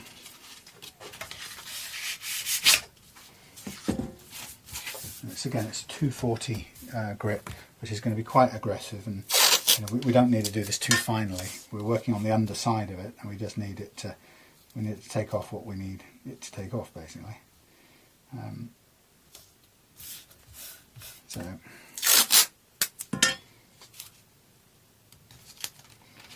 So just tacking this down gives me one less thing to worry about. I can concentrate on keeping the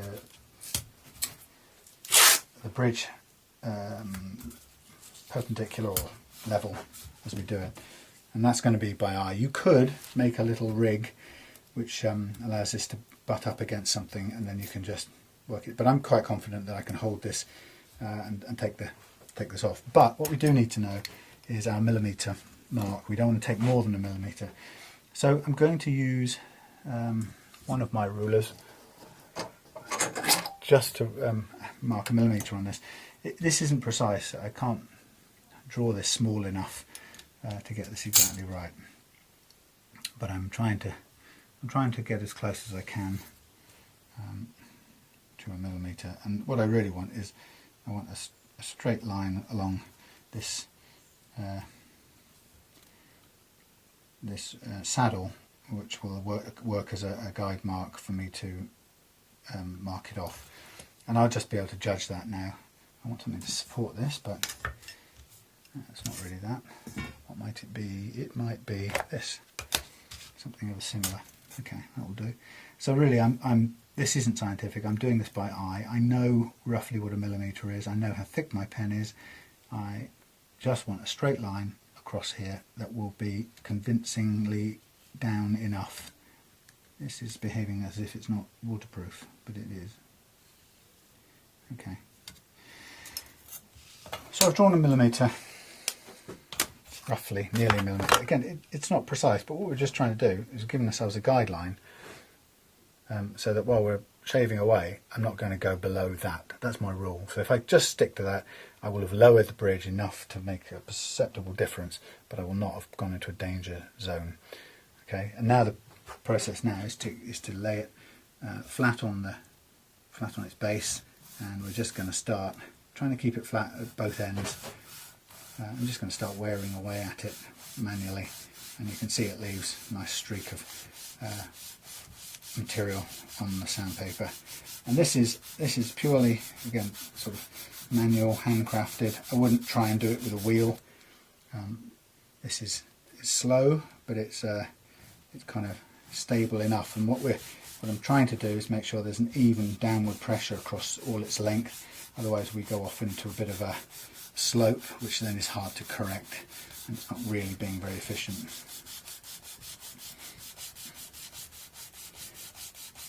So just a matter of keeping it as flat on its base as we can, and just nice steady progress, and we're pretty much there already. So I'm almost on the millimetre mark, but I can see that already I've cut it at a slant, which means I'm going to have to undo that slant by kind of going in the opposite way, which is a bit tricky, but I'm going to just lean it and do it on the spot now to kind of bring the base down to what I hope will be a nice square profile.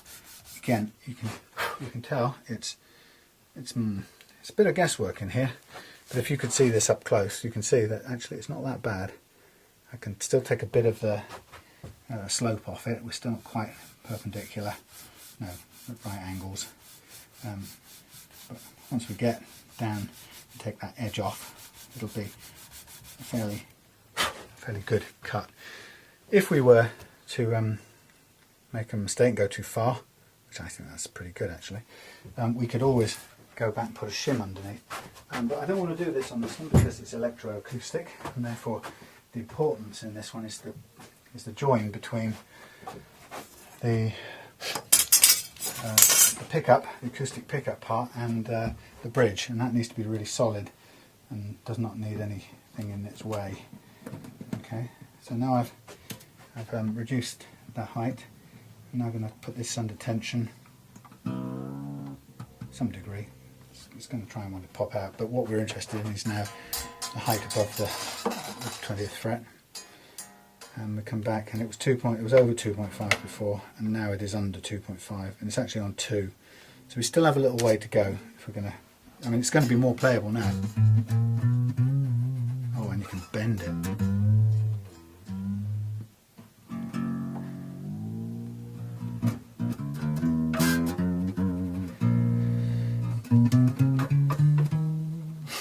Okay, so we're here, we've got the means of doing this. Let's take a bit more out.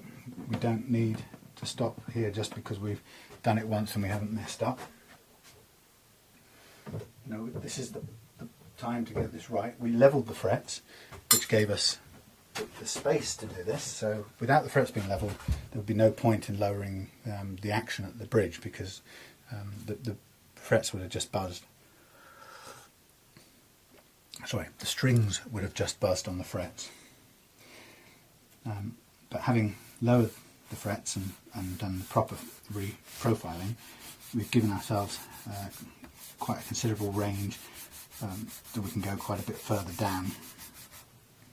And that means we now can lower this action further.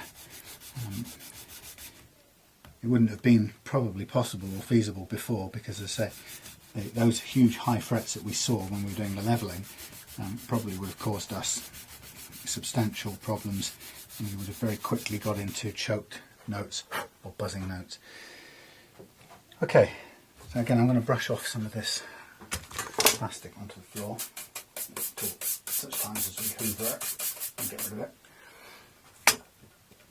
I'm going to do a little bit more, and then I'm going to try it again. Again, it's nice and flat. I can feel that we're on a level, thanks to the way I'm doing it, but also thanks to the fact we've got a solid chunk of oak underneath, keeping it all level. And it's this level footing sitting on top of the acoustic pickup part which will keep it a really nice contact. Okay, well, I suspect we can go some more on this, but let's try this for a minute, see where we're at. Again, the secret of this is not to rush it. If we rush it, we'll mess it up. If we take our time, we have a lot of option.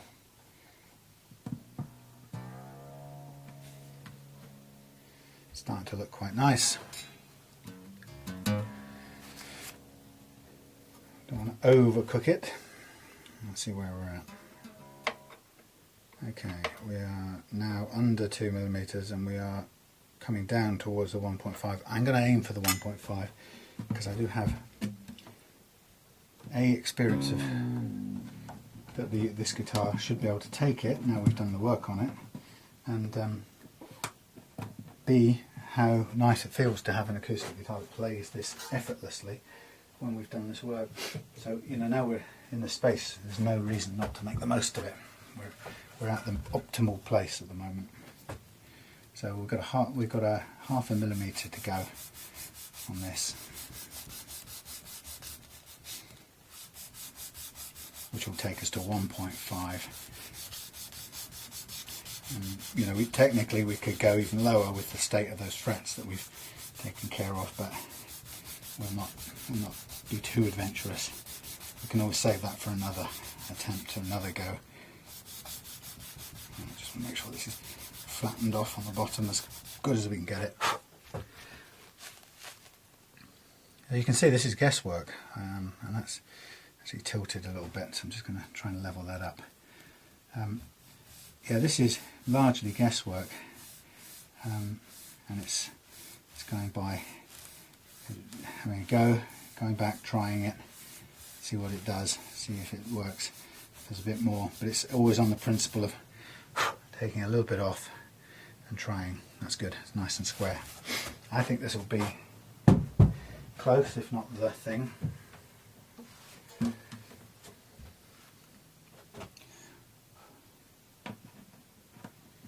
Again, as I say, we've preserved a really nice, that's good, nice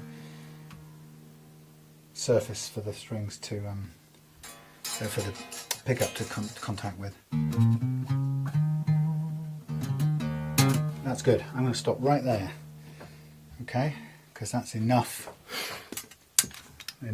Don't go overboard, because what I noticed on my other acoustic guitar is, because when you've done a good fret level, you basically get more options with your action than you had at the manufacturer, and actually you get down to a level where the string is almost touching the wood of the bridge. You've got that good a conditioned neck, and the manufacturer never expected that, because they know that their frets are not going to be leveled. So let's now move on with the rest of these strings,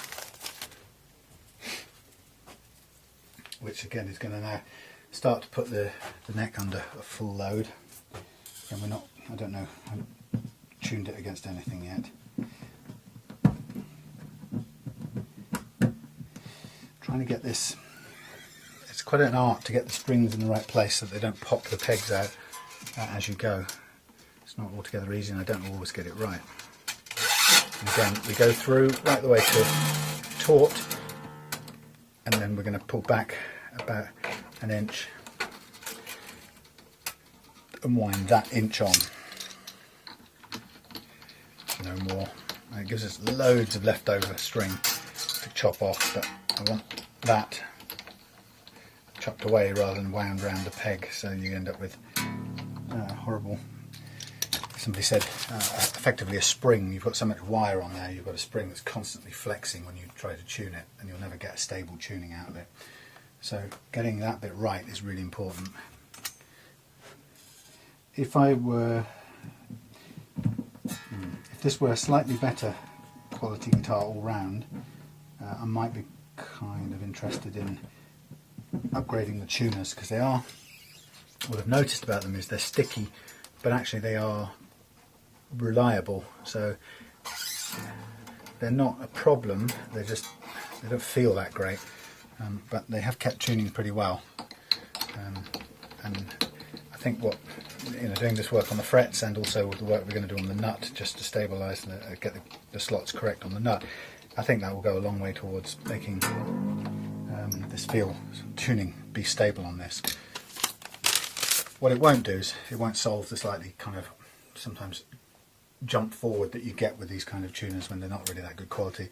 You can be turning them a bit and they don't seem to register or pull up they don't seem to do anything to the tuning, and then they sort of lurch forward.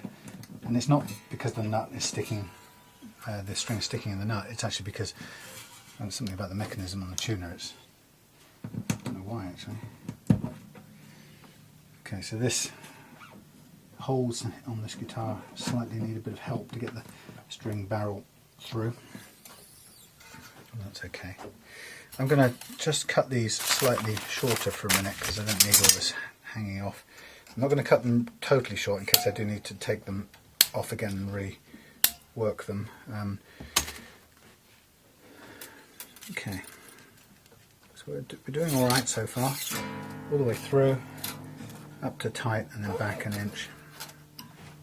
This one I'm going to end up sort of winding backhanded.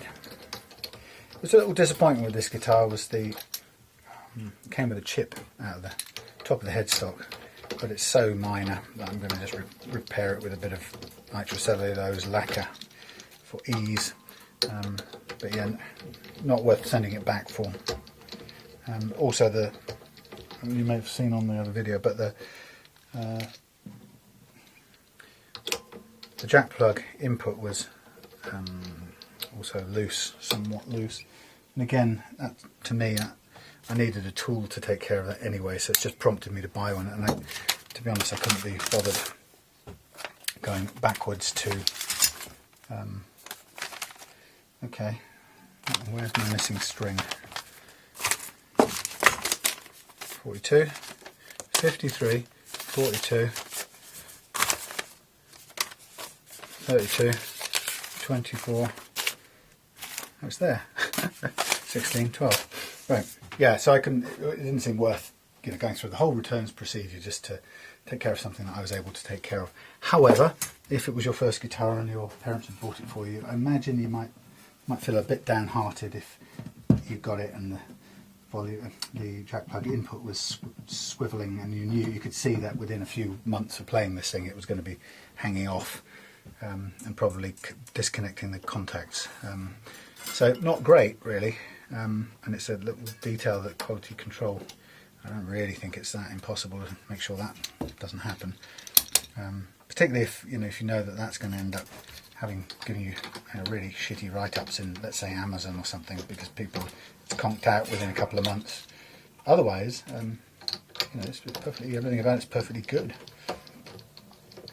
and right down to even the sound, which we shall hopefully hear in due course, which I think is pretty good for what it is. Try to keep these offcuts long as possible for the time being. So I describe them as string wasps. They get stung, keep getting stung by string wasps, and it's really painful. And they hunt out your fingertips, the most sensitive parts of your fingertips, and they ensure that you bite them, sting you right there. Swines, I hate it. Okay, so I can see on this now that the action is just above the wood, which is cool for us, because I think that's going to give us a really nice low playing action on these top strings. What I should have done was really check how much of a tilt there was between the bass strings and the treble strings before I did this, because 1.5mm on the bass strings may have been at least a millimetre difference planned into this, in which case we would struggle to play this thing when we've kind of put on all the treble strings. But we'll see. Ooh, feels nice. Yeah. It's all going to try and escape. These strings want to pop the pegs out.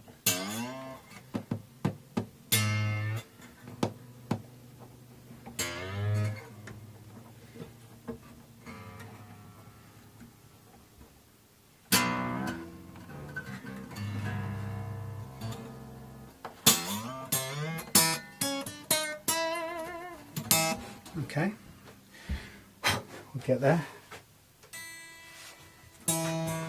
Octave difference, so it's going to feel quite scary.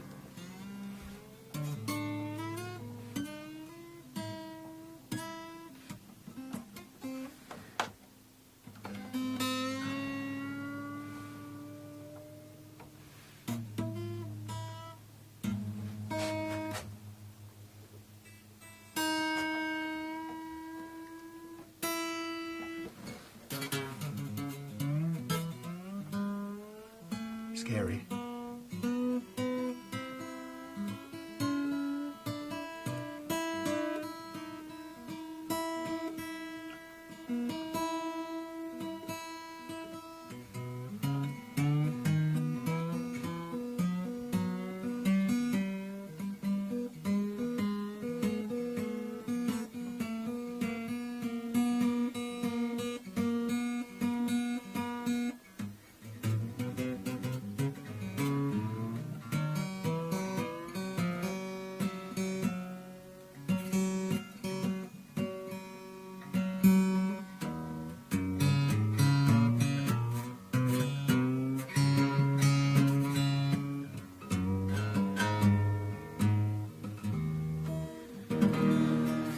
course we're going to have loads of stretching going on here. I'm just going to try and help it a little bit, but immediately I can feel a massive difference in this playing action, which is a nice improvement, but thanks to our level frets for sure.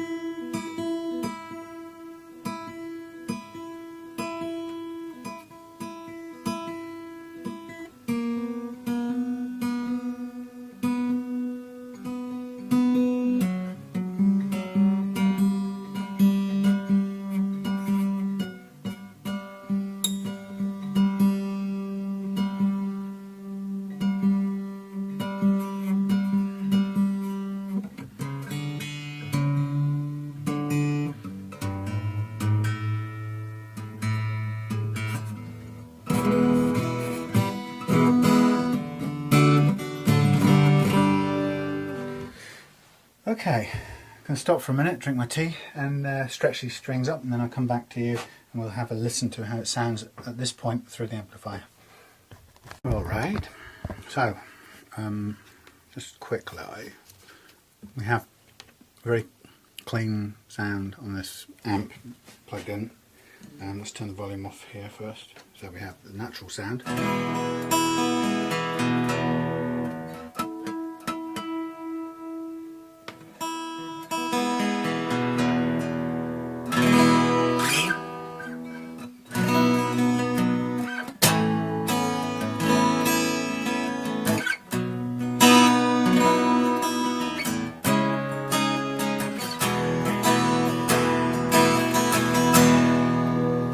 That's the natural sound of the guitar now, with these electro strings on and the frets levelled and polished.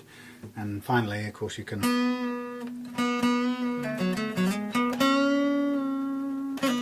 bend them. You get them out of tune, but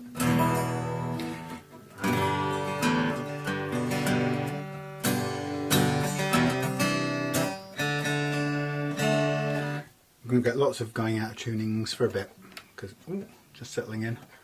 You can hear them creaking. Sorry.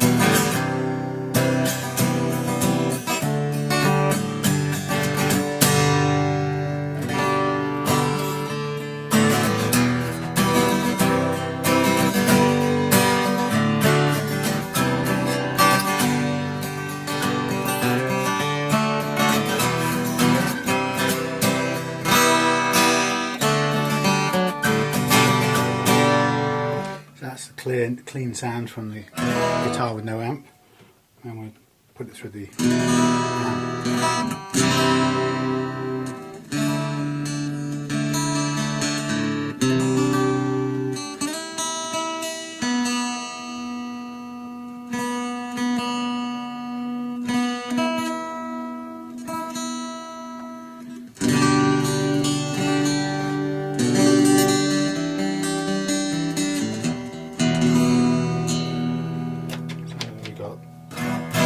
EQ flat, bass up,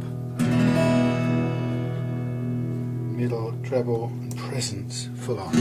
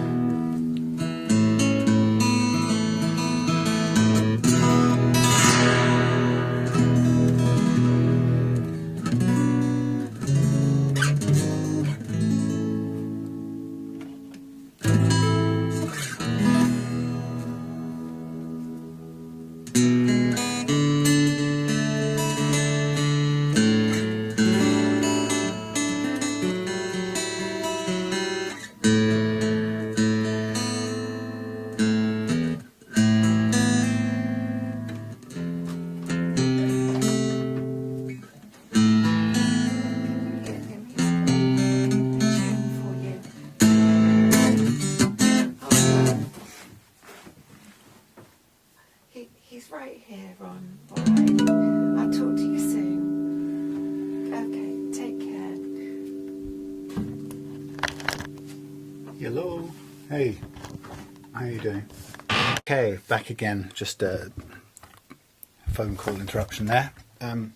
So I've been trying out this guitar in the meantime, and actually it's playing really nicely. The action's much better.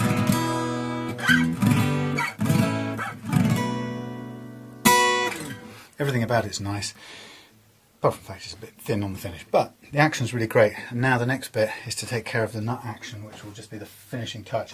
We don't have any more control over the intonation than's already on there, so we shan't be concentrating on that. But what we shall be concentrating on is getting the intonation, sorry, the nut thing right. I'm just going to try and find a reasonable angle to point you so you can see what the heck's going on.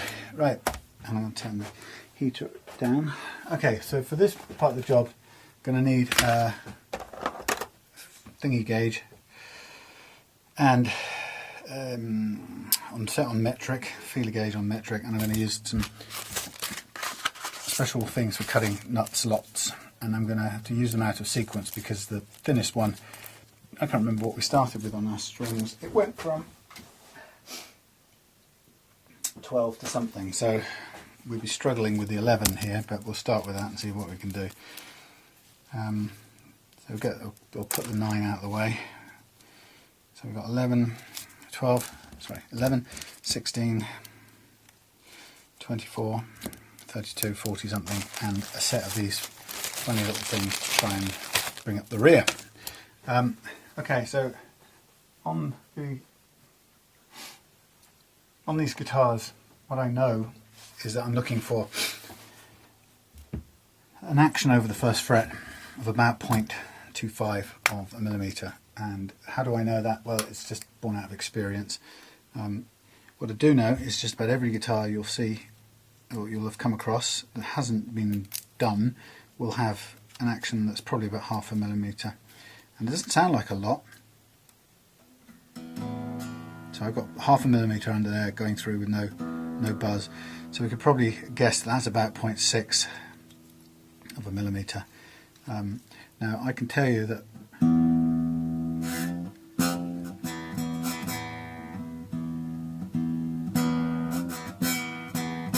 that's just about 0.6, maybe, well, it's just a little bit more than 0.6. Now that is nearly three times higher than we want it, which sounds like nothing, but the amount of energy or the amount of pressure it takes to bend this string down to make it connect with that first fret, or the second or the third, but it's most pronounced at the first fret, bends the string sharp, so that if you tune your guitar to a perfect E and then you fret it here, it's not an F, it's an F, but sharp of an F, and you don't want that. You want the lowest possible action that will play nicely all over the neck. And actually I've worked out over the time I've been doing this at 0.25 or 0.3 is okay. You can actually use it, you could do 0.2 and it would be fine. That's what you get when you put a capo on it, when the neck's all set, when all is set well and nicely. I'm just looking, by the way, I'm just doing a double check on the action of this guitar, and actually I'm quite comfortable with the amount of relief there is in the neck. It seems to be playing absolutely fine at the moment, so I'm not going to do anything. My sort of hunch that the string tension would pull the neck back into the correct amount of relief for this guitar was right anyway. That was based primarily on the way it played before we did anything to the strings. So I want to, basically what I'm now going to aim to do is I want to take this gap down from its 0.65 to 0.25, and again it seems minuscule, but the difference it's going to make in the way it feels is just incredible. So I'm going to slack off the E string, and I'm just going to check out which of these nut files cuts best or fits best, and as it happens it's the larger of the set which fits nicely. And I'm just going to cut away a little bit. I'm going to drop the string back in, tune up,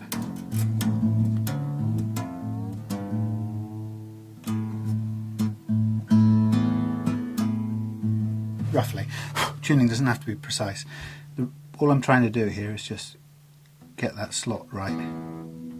See how much further I have to cut it down. Hello. How's it going? Right. This looks a nice sort of long ramble chat with my dad. They're Very sad. very unhappy. I know. They lost the kitten we gave them. Well, he's disappeared. So they're very upset. Linda's putting posters up.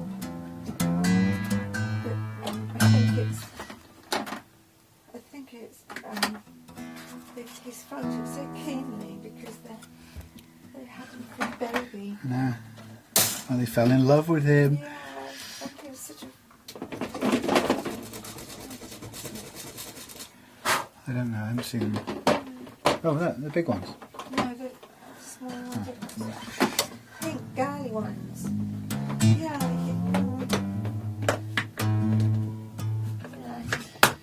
it sounded very... voice almost cheerful. Yeah. Yeah, I said I'd Facebook Anne-Marie shortly because she lives at the end of the street and I could get her people to look out for, and her people will call my people. Yeah.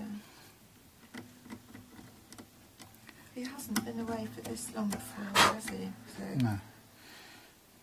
Curiosity often kills them. yeah. This is sounding great. Is it?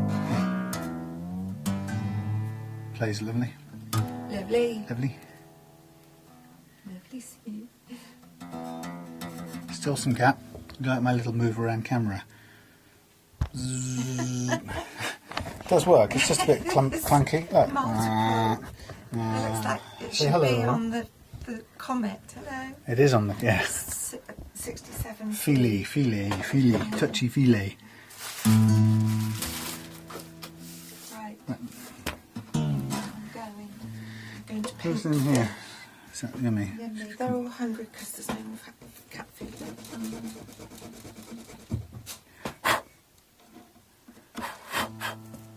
Cutting the nut slots to the right depth. Once we're there, it'll play like a dream. Sounds nice too through the amp. Jolly good. Yes. Got my own busy making things to do. See you in a bit. Okay, we are done. That is down to the right depth. Now we go on to the next one. It builds up a bit of grunge. You need to blow out or wipe away or whatever. So again, move on to the next one. Just check it first, see how much of a amount has got to come out of there. And notice I'm leaving the bottom E off for a moment because I'm going to, once I've done the first three, the bottom three, I'm going to then put some graphite under each string or into the nut slot and then put them all back again, ready to play. So, and also it gives me easy access for the time being. Now I know it changes the neck dynamic slightly, but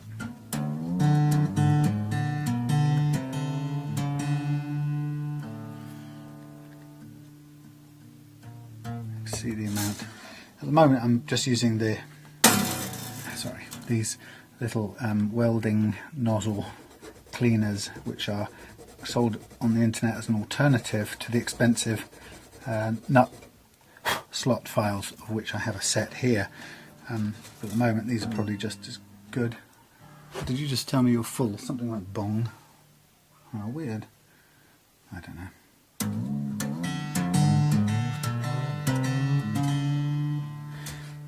So by tuning it back up, I just put it under the same, roughly the same sort of tension as it is when it's got the tuning's correct.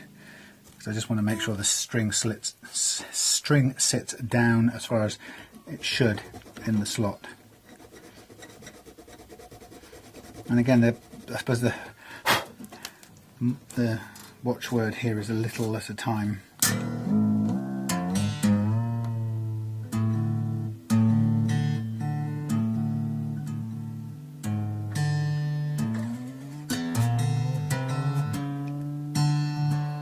Sometimes you can't think straight.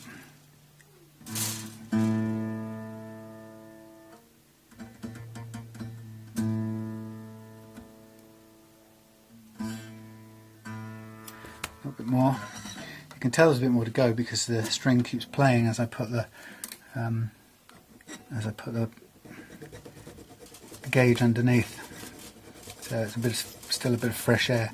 But it's very slow progress, but it's really critical to do. And it's very worthwhile because it changes the whole way the guitar plays. Very close now.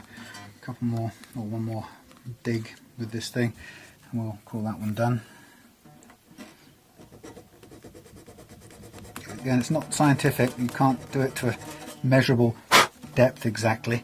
You're doing it until it's in the right place and then you stop.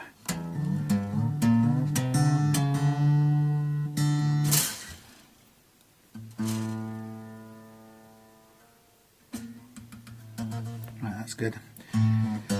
And we'll do the final, do the D now, just check that one.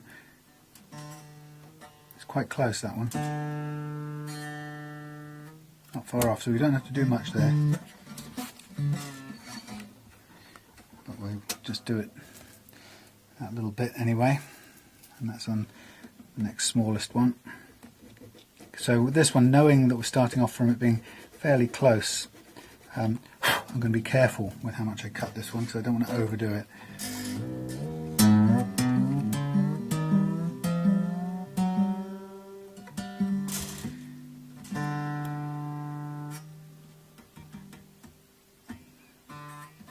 Very close. I might just stop there on that one. So having got the three of them where I want, I'm now going to just, if I can find where I put it, I'm going to just add in some graphite into each of these slots. Well, actually, before I do that, I'm just going to gently cut along with the knife or scrape along just to make sure the front edge of this is clean. And then I'm going to put some graphite in each of these three bass string slots. That will help with the string passing through the slot and avoid it sticking, which sometimes happens. Okay, and I'll blow most of this away, but I'll just get these first three strings back in place.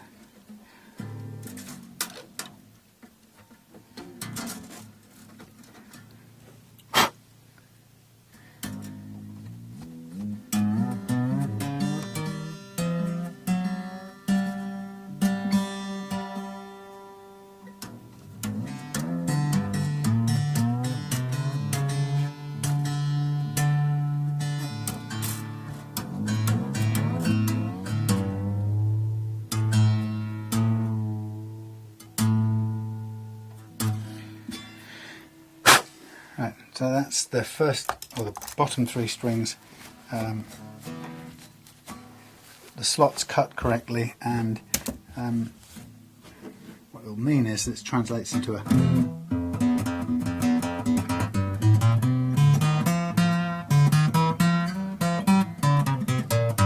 much easier to play. And then we're just going to now do the last three, and I'll take the first highest two off out of the way and concentrate on the G, and then work up to the B and the E. Stiff that tuner. Okay, so again we're going to check on this one. This is almost on. It's quite interesting. I don't think we need to do anything there.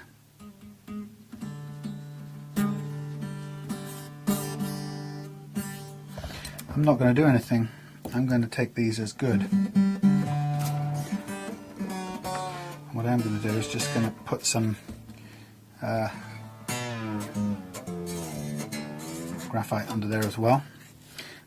But I'm going to take it as read that that's in a good place, and we don't need to do any more work on that, which would be probably rare to go straight out of the box and find that the depth of these slots are correct from the outset, straight out of the factory. It's very encouraging, I have to say. So I'm just going to now tune this up. Using what am I going to use? I need to just use the amp for a second. Right. Turn up.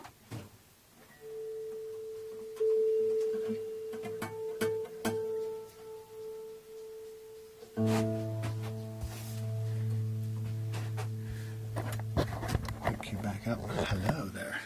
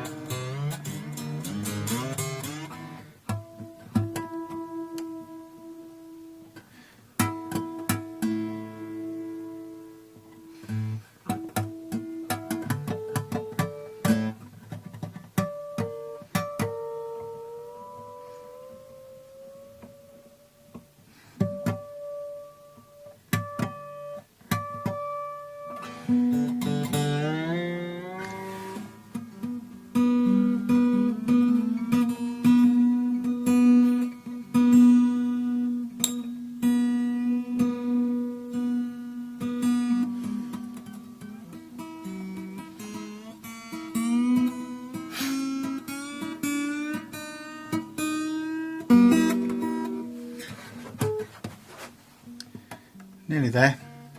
Time to put this one away, take it back in the house.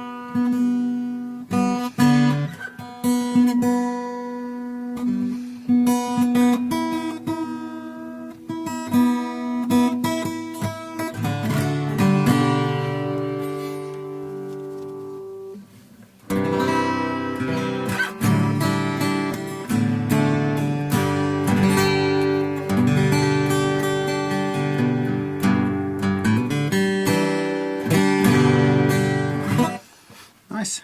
One more tug, we'll be done. Click that.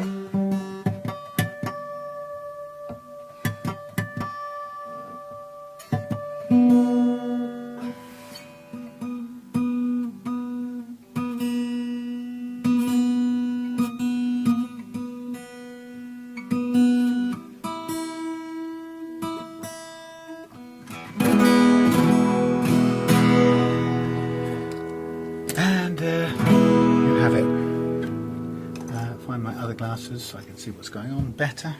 There you go, folks. The Harley Benton £58 guitar, set up to play nicely.